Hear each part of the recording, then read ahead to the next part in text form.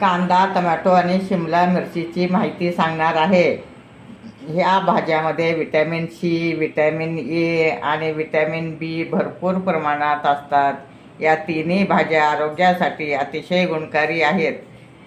कांदा प्रमुख विटॅमिन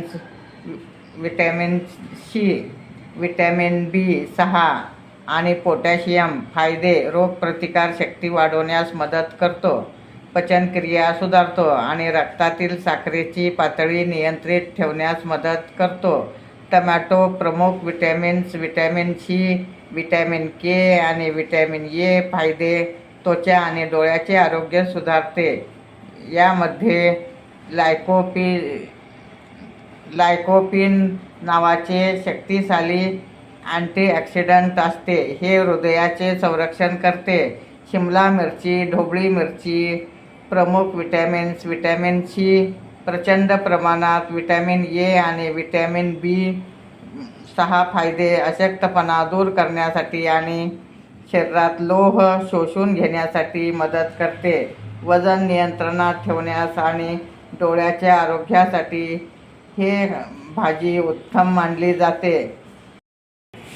नमस्कार, मी सौ निर्मला अपशिंगेकर। आज आपणास तांदळाच्या पिठाचा उत्तप्प्याची रेसिपी सादर करणार आहे। 2 वाटी तांदळाचं पीठ घेणे आणि 1 वाटी बेसनचं पीठ घेणे, अर्धी वाटी रवा घेणे आणि ताक घेणे, ताजं ताक घेणे,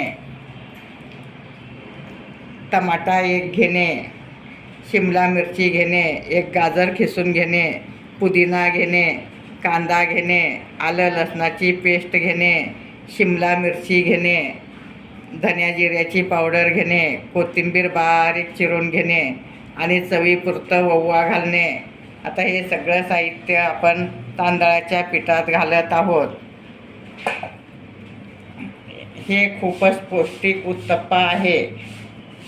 शिमला मिरची घातल्यामुळे त्याला खूप छान चव येते, कांदा घातल्यामुळे त्याला खूप छान चव येते, ओवा घातल्यामुळे पचायला हलकं असतं, धने जिऱ्याची पावडर घातल्यामुळे स्वाद चांगला येतो।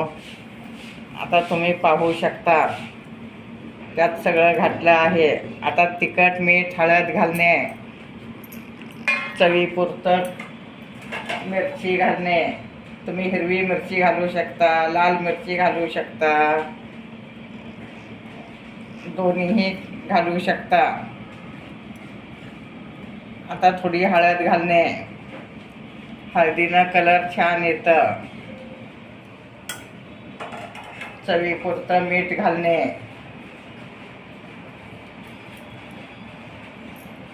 आता थोडं ताक घालणे,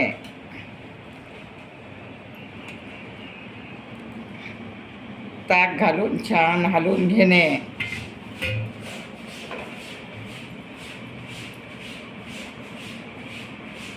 दोन वाट्या तांदळाचं पीठ घातलं आहे। तुम्ही पाहू शकता छान सरसरीत कालवून घेणे। तुम्हाला रवा जास्त घालू वाटलं घालू शकता।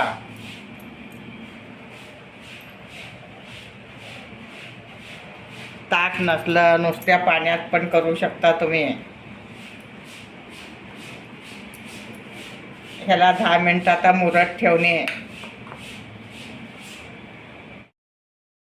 आता आपलं पीठ छान मुरलं आहे, तव्याला तेल लावून घेणे, तवा पण तापला आहे। पीठ आता 10 मिनिट छान मुरलं आहे, अगदी फुलून आलं आहे।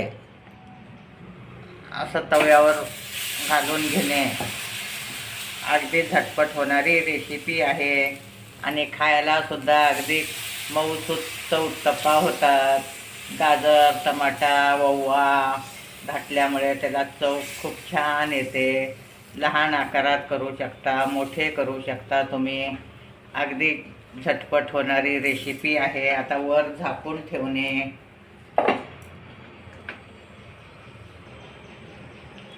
आता वरून पण तेल घालणे असं, आणि आता उलटून घेणे। अगदी खूप पौष्टिक होतात. परत दुसरी बाजू पण झाकून ठेवणे.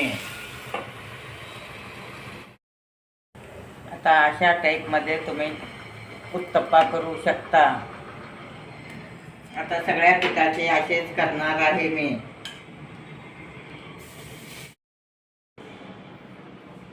आपले तांदळाचे उत्तप्पा गरमागरम तयार आहेत.